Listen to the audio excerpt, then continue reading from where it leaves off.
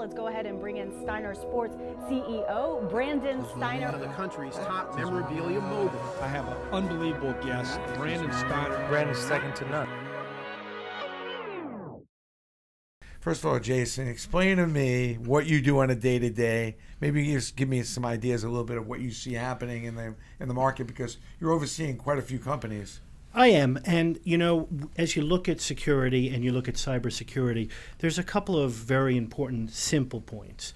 One, people have a lot more control over their own destiny than they believe. Really? Yeah. If you look at the average breakdown, an insecure password, an unlocked phone, joining a wireless network that you have no idea why you're joining it, it's just free. Not updating your password regularly, not checking your virus protection. How regularly should you change your password? You know, your password should be complex, and it should be changed every 30 to 60 days. Oh, my God. So as you look at your phone and you're saying to myself, how many people know my dog's name? How many people know that my son graduated from this university in 2016? How many people know what my zip code is? You would be surprised at how the simplistic adds to the risk proposition. Now, how many companies are you overseeing approximately? So I work with about 40 to 50 different organizations in my role. So you're seeing a lot of various things going on, yes. Not like one type of business. No. What are you seeing as a commonality out there where the biggest mistake people make when it comes to cybersecurity? Again, the things that they can control. I think we have an excellent opportunity to look at what we're doing as well. When you go to a website and you start exchanging information, do you know it's the right website? Are you clicking on links in email? Everything from the simplistic, gee, I'm getting an email from the IRS, I owe tax money, click here to resolve it, to something that looks like a legitimate bank, has the logo, has all of that information, and you're clicking on it not realizing it's a phishing attempt. So what we're seeing is that the average scam is based upon reality. Somebody's hijacking a logo, somebody's hijacking information, somebody is taunting the ability for them to just show you something that you think is so relevant, that is so important, that especially with mobile, right? You're on a phone, you're sitting at a light, which hopefully you're never texting and driving, but you're sitting at a stop sign, you check, oh man, Citibank just called. I had to click on this, otherwise they're going to close my account. You'd be amazed at how the simplistic is driving these items. Here's my problem. I've just spent 2 days, which is what prompts me to want you to come on this, unsubscribing. I'm into like 200 unsubscribes, and they're still coming. Right. First of all, when I unsubscribe to these emails, which I have no idea how I even got to begin with, am I unsubscribing, and how does this even come about? How does a guy like me end up with almost about 200 spam emails a day? See, that's the interesting thing about going back to 1996. The internet was free, and everybody thought, my God, look at all this free stuff. But what's free? Everyone's got to pay for all this stuff. So when you log in at an airport, welcome to the lounge, join our free Wi-Fi. There you go. I entered my email address. Now they have it. What you didn't read is the fine print that says, by the way, we can sell this email address. You're giving us the right, based on us giving you the right to use our Wi-Fi when you're sitting in the lounge. So rule number one, there's nothing free. Don't sign up for anything unless you really want to sign up for it. Exactly. And read the fine print. And also be relatively sure that you need something. Do you really need an extra 5 cents off your next waffle cone? Is it really worth you trading your email address? Are you worth the spam? If it's a worthwhile investment, do it. If it's I don't something, want 5 cents off my well, waffle there you cone. go. But yeah, I'm But just, that's important to you. But I guess the question is when I do unsubscribe, am I unsubscribing, or sometimes that's You're supposed to be unsubscribing, but the problem is that, you know what, systems crash. There's no unsubscribing police. No, there is not. There is not. Yeah. It's common courtesy that you're supposed to ask, and they're supposed to let you know. And most major players play the right game. By the way, if you have a question out there, we want to hear from you. We're going to be doing a lot of Q&A here, because I know people have all kinds of odd questions on cybersecurity. Jason is the master expert. Deals with a lot of companies, I know I've come to you on a lot of different problems. But looking from a couple thousand feet above, somebody out there owns a company and you're setting up a company, which we talk a lot about in Project X. What are a couple initial things you want to do right out of the gate? The first thing you want to do is stake your claim, buy your domain, and secure your domain. So really be sure that when you're buying that domain, that it's not simply it's not repeated. In other words, is it close enough that somebody could really copy it? You'd be surprised how many people might get an email from Citibank, spelled BANC. So you really want to do a little homework on the domain importance. A lot of people don't look at that. A lot of people say, hey, I'm going to be called Jason Incorporated, and therefore, you know what? I'm just going to call it Jason.com. So think a little bit about that. Secondly, invest in the proper tools. Invest in the proper solutions for security. Everything proper: antivirus, proper security tools like firewalls, proper patching Stuff protocols. expensive, or it could be. Yeah. Actually, what's more expensive is if you don't do it. That's the funny thing. The funny thing is, people, it's a tombstone approach. People wait for the plane to crash and then say, "My God, I could have fixed that engine," instead of fixing the engine prior to. It can be really expensive if you don't do it. But like anything else in technology, it costs money. And you know what? Based on the size of your business, there's scalability. You maybe don't have to get the same firewall that a bank uses. You may have a scaled down version. what's the story with this whole ransom thing I read about? Because I'm feeling I'm going to wake up one day and somebody's like, "You're not getting on your computer, stay at Steiner, unless you pay this ransom money." How do you avoid that kind of thing from happening? And is that happening as regularly as you hear about? It absolutely is.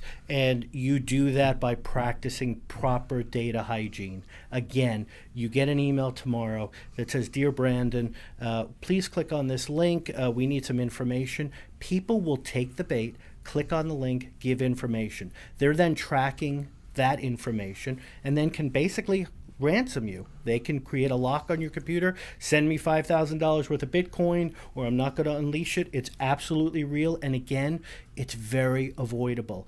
Most people in today's day and age are just so rapid fire. I mean, we're all obsessed, right? Yeah. Get up in the morning, oh, I got 6 emails, instead of saying, what am I clicking on? Why am I clicking on it? What's the purpose? Are there some really bad guys out there, though? Absolutely. I mean, it's almost like the Wild West, almost to some degree. It's not only the Wild West. It's in places where there's an opportunity. There's an opportunity in the digital age, just like there was in the analog age. I remember my mother telling me stories about people that would knock at the door and say, "Hey, would you like to buy some carpeting?" And probably 1 out of 100 said, "Sure. Okay, give me a deposit." Then that person never came and delivered the carpeting. It's the same thing in digital. Hey, would you like, $50 free? I mean, you may have seen it on some of these social media sites. You've won free airline tickets. Click here. Pause for a minute. What's free in this world? Nothing. But it's funny, a friend of mine who was really high up at JP Morgan Chase a few years ago said that every day his bank gets robbed. I was like, really? He goes, but the difference is you don't see it. Right. Guy's not walking in with a gun to the teller, but they're breaking in. Right. Every day. And you know what the funny thing is? It's been going on for 40 plus years. And you looked at me and said, "Jason, I don't understand. The web is only since 1995. Let's not forget, I'm sure back in the late 70s and 80s, "Hello, Mr. Steiner, this is MasterCard. Just want to let you know someone has access to your card. We need to stop your card. We'll ship you a new one." That was basically taking your card. It just wasn't digitally. The challenge with digital is it's so fast now. It happens so rapidly. Yeah. The market is so much larger. Who doesn't have email? Back in the day, not everyone had a credit card. So now everyone has email. Everyone has access to the internet. Everyone can go into a place. So it's more prevalent now than it ever was before. It's scary. Do you think that we are vulnerable as a country in the bigger picture? Because so much is reliant on social media or our internet. I mean, our trains, our airplanes, our everything. Yeah. I mean, do you think we have a handle on it as far as the country's concerned? We talk about our defense, with Navy and Army and Marines, but are we good on our cyber security? I mean, you think we're protected? Because I don't know. Every day you read another story about the Russians having altered the election, this and that. But could they ultimately be some really worse people trying to do worse things to us as a country? Yes, absolutely. And I will tell you, being a fan of the old gangster mafia movies, they would often say you're only as good as your last envelope. You ask about how good are we with security? How good did we do today? How good did we do to update our machines, to protect against viruses, to educate our community and world about phishing attempts and various other things? It's only as good as the effort we put into today. It's scary. It is. Ben, any questions over there? Anything you have on cybersecurity? Something with your phone? I tell you, these things have gotten even a little more complicated as far as just making sure you're not downloading a stupid app or not just going onto an email server or a website that's. Yeah, right? I mean the major players are creating these stores or have created these stores that are filtering and ensuring that you're downloading a lot of safe, good products. So how do you go clean your phone up? Like, I mean, how do you go almost to a car wash, but for your phone to make sure there's nothing weird having gone on? Yeah. Believe it or not, mobile phones are actually probably more secure than you think they are. Good. I think you're in a better place. The cellular networks are much more secure than potentially private networks because remember, if you're a small little business and you have an open network, you're controlling it, not a large institution. Basically, clean your mail on a regular basis. Certainly avoid clicking on links. Refresh your browser and erase your browser. A lot of people have tons of cookies and various footprints on their browsers. So, do the normal hygiene part and just don't do it once you get to that, oh my God moment. Do you ever take on Facebook? Can they work whatever they've just been doing out? Can they regain the full confidence? Are they really done anything wrong, or were you just a little bit naive? I think Facebook, Mark Zuckerberg is an extremely bright individual. I think he knows how to resolve the problems. I think he had a stand-up moment and said, look, there are things that we can be doing differently, better, and stronger. Yeah. But remember, it was built originally as a social community. You don't pay anything to Facebook. You are basically a captive audience for collaboration. So at the end of the day, he has partners in which he basically tries to build his business. I think they're going to recover from this. I think there are tons of people that see an opportunity. It is a place where you just have to be careful. Like anything else, information is not filtered. So just because somebody says, I once saw an interesting post by Abraham Lincoln. It said, "Don't believe half the stuff you see on the internet." And half the people said, "Abe Lincoln really said that?" So it's almost like buyer beware, caveat emptor. It's. I think you need also a little more regulation. I think it's still it's still kind of wide open, and even company wide too. I think that a lot of employees don't realize they're using a company computer, company email that the company has access to that data. Absolutely. And they're putting personal stuff on there. They probably should. I don't know if everyone understands all the things that go when you basically sign up for social media. Nobody reads the fine print, and nobody reads the manual. Nope. And you bring up actually a very good point. We have gained a piece of technology in our souls. So people think when you work with a company, they give you a laptop. Oh, it's like my laptop. Really? When you go rent a car, is it your car? So if you drop 15 beers on the floor, I'm sure they're going to charge you $250 to clean it. It's their car. There needs to be still an understanding of rules of the road. So I think you're 100% correct. Yeah. I would only challenge the regulation part. What I would say is more community-based policing, and not just policing by the institution, but by each other. I mean, it's beautiful that we could get the word out to a large number, whether it be in the company, if you're managing a basketball team or football team. It's great that we have the access to that, but it can be dangerous. Absolutely. Good news and bad news is traveling real quick. Absolutely. I mean, it's scary. Well, absolutely, particularly, again, to the point made earlier, there is no passport system to ensure that, if I go home tonight and create a website called Be Steiner, and I say, hey, I met with, Hal Steinbrenner, and we're about to do a deal where we're going to put the Yankees in Westchester County. There might be 7 or 8 people who look at it and say, well, look at Brandon's up to. there's nobody that stops me. I can set up B. Steiner. So, it's that self-reliance, but it's also the community. If I wanted to get, if I ran a company or even just my own personal cyber, can you hire somebody to come and like get all this stuff done or cleaned up? Or Absolutely. Anybody? Is there a chain of a No, company? Or there's two ways of looking at it. There are those that you get have your own local IT provider that can do it, and then a lot of the major companies have very strong IT security. And remember, and I will tell you, the greatest challenge is it's like anything else. How many people go to the doctor? Hey, why don't you lose a few pounds, cut down on the sugar?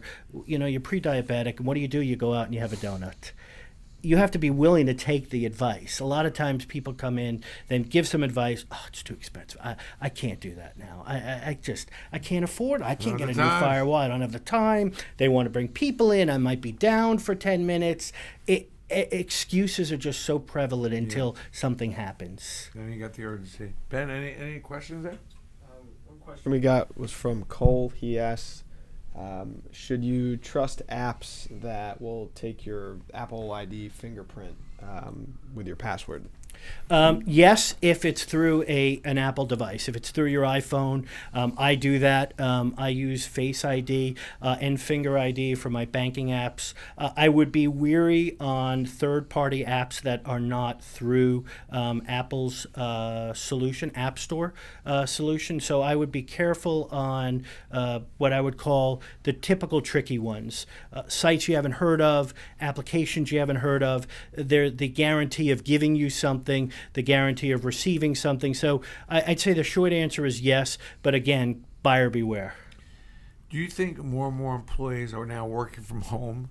Does that add more cybersecurity issues with people working from home, or not really? Not necessarily. I mean, believe it or not, the greatest risk to your home network is your home network. In other words, your simplistic password. The good news about most companies today is what we see is they're securing their machines. They're putting people onto things like VPN connections. They have proper antivirus protection. So I think from a larger picture, you should be okay.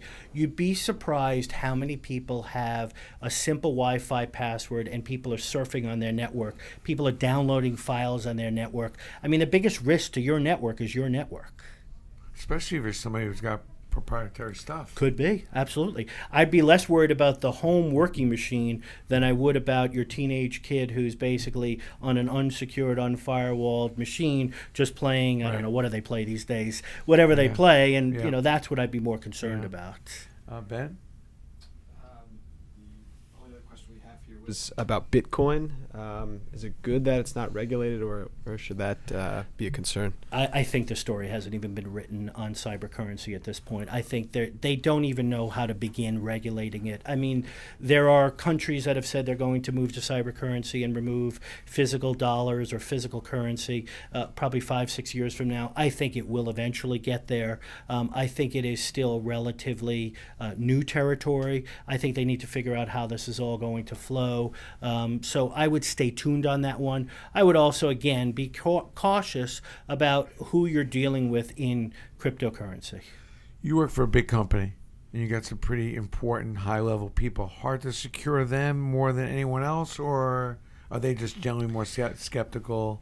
You know, I think the best thing about security is you treat one and all the same. Yeah. You don't the smallest wheel is equally, if not more important than the largest wheel.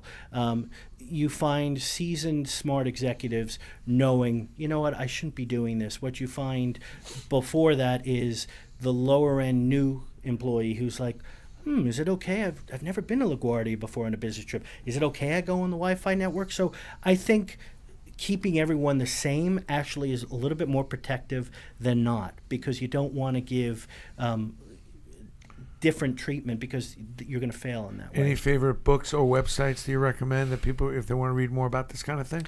If you can deal with some of the tutorials, YouTube has a lot of videos. You can just type in cybersecurity. You can see lessons from major universities. You can see IT leaders talking about it. You can see manufacturers talking about their tools. YouTube has a plethora of videos. Gizmodo, Engadget, various other sites can point you to the State of the Union. And believe it or not, for those of you that are not techie geeks like me, CNN, NBC News, the average site is covering more and more on cybersecurity every day. And if it does nothing but teach somebody about avoiding a phishing attempt or something, you've made a difference in the world. You see, like, the person sending a picture from their vacation, like one of the stupider things. You post that on Facebook. Oh, let's go ransack their house. Yes. You read about some of those other. Are there any other like things that really not to dos? That's the obvious one, but I still see people do it. I'm even at a restaurant. I put that phone away. Like if they know we're all eating dinner, we take a family picture, we put that on Facebook. Right. That means nobody's home for an hour. Right. Somebody can zip in there and. Absolutely, and you have to remember the general rule of thumb is what information do you really need people to see at that particular time? Every time you do something, it creates a risk. And you have to ask yourself, is it really worth the world knowing that myself and my family's out to dinner, we're in Westbury, Long Island, and they know we live up the road? Or at a bar mitzvah, or at a wedding. Absolutely. People don't realize that how vulnerable they are when they start putting that kind of information out there. But they do it all the time. Not only do they do it on things like social media like Facebook so that they can let their friends know, they do it to enter contests.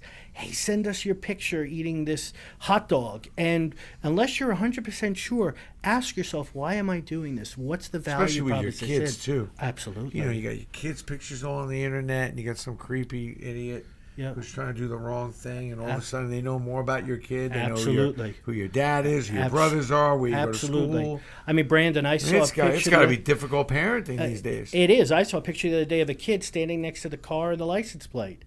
At the end of the day, you just had a 9-year-old child in front of your license plate. I mean, think about the crazy situation that could come out of this. Crazy.